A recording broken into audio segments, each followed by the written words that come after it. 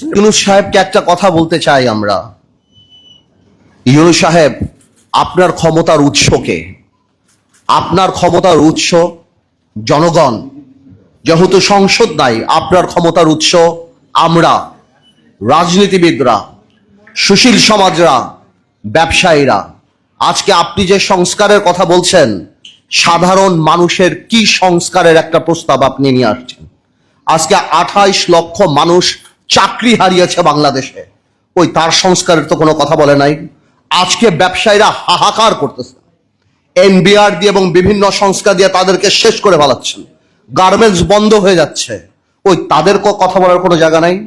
আজকে নূর এখানে বসা, নূর জানে ইউনূস সাহেব যখন ক্ষমতায় আসছিল, আমরা প্রথমে যে বলেছিলাম আপনি রাজনৈতিক বা জাতীয় সরকার করার দরকার নাই, তবে অন্তত পক্ষে আপনি 4-5 জন উপদেষ্টা নেন যাদেরকে মানুষ চিনে, যারা মানুষের সাথে আপনার মাঝখানে যে দূরত্বটা সেটা খোঁচাতে পারে। কিন্তু আপনি আমাদের সেই কথা শোনেন নাই।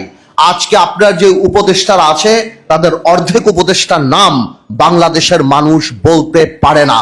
তারা জানে না যে তাদের ভাগ্য কার দ্বারা নির্ধারিত হচ্ছে, কার দ্বারা ঠিক হচ্ছে। আপনার আরেকটা সোর্স অফ পাওয়ার ছিল কারা? আপনার আরেকটা সোর্স অফ পাওয়ার ছিল, যেটা আমার ভাই রাশেদ বলে গেল, যে আর্মি। আজকে কেন আর্মির এইভাবে কথা বলতে হয়? আর্মির সাথে দূরত্ব কে সৃষ্টি করেছে? রাজনৈতিক দলের সাথে দূরত্ব কে সৃষ্টি করেছে? আজকে অনেকে আমাকে জিজ্ঞেস করে, পার্থ ভাই আপনারা ডিসেম্বরে নির্বাচন চান না? ডিসেম্বরের কথা তো আমরা বলি নাই, আপনি বলেছেন ইউনূস সাহেব জাতির সামনে ডিসেম্বরের কথা।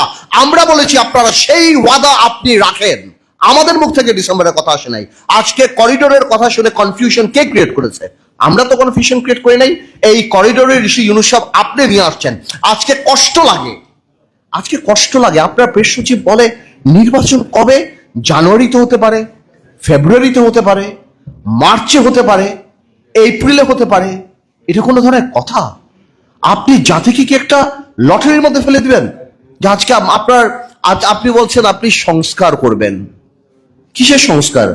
এনসিপি কে ক্ষমতায় আনার সংস্কার, এনসিপি কে ভালো করার সংস্কার। দেখো, যদি ঠিক করে পলিটিক্স করে সামনে আসতে পারে, I'll be more than happy, and আমি শিওর আমার এখানে যারা বয়স আছে তারা হবে। কিন্তু তারা যে প্রথম থেকে প্রত্যেকটা রাজনৈতিক দলকে আক্রমণের মুখে রেখেছে।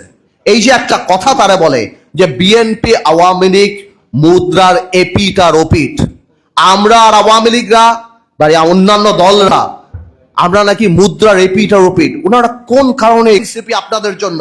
কারণ আপনারা এর মধ্যে ইনক্লুডেড, অন্তর্ভুক্তি হতে পারেন নাই।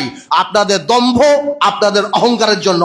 মনে রাখবেন, সরকার চালানো আর সরকার নামানো এক জিনিস না। আজকে ইউনূস সাহেব, আপনাকে আরেকটা কথা বলি, আপনার অ্যাসেট কি? You are not a politician. আপনার অ্যাসেট ইন্টেগ্রিটি, আপনার ক্রেডিবিলিটি, আপনার অ্যাসেট। আজকে যখন আমরা দেখি আপনি কি আদমের লাইসেন্স নিচ্ছেন, আপনি ইউনিভার্সিটির লাইসেন্স নিচ্ছেন, আপনার অনেক কিছু মাফ হয়ে যাচ্ছে।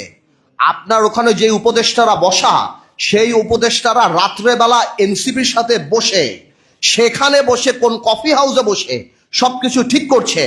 আপনার মন খারাপ, আপনি পদত্যাগ করতে যান, সেই জিনিস আমাদের জানতে হবে এনসিপির নেতা নাহিদের কাছ থেকে।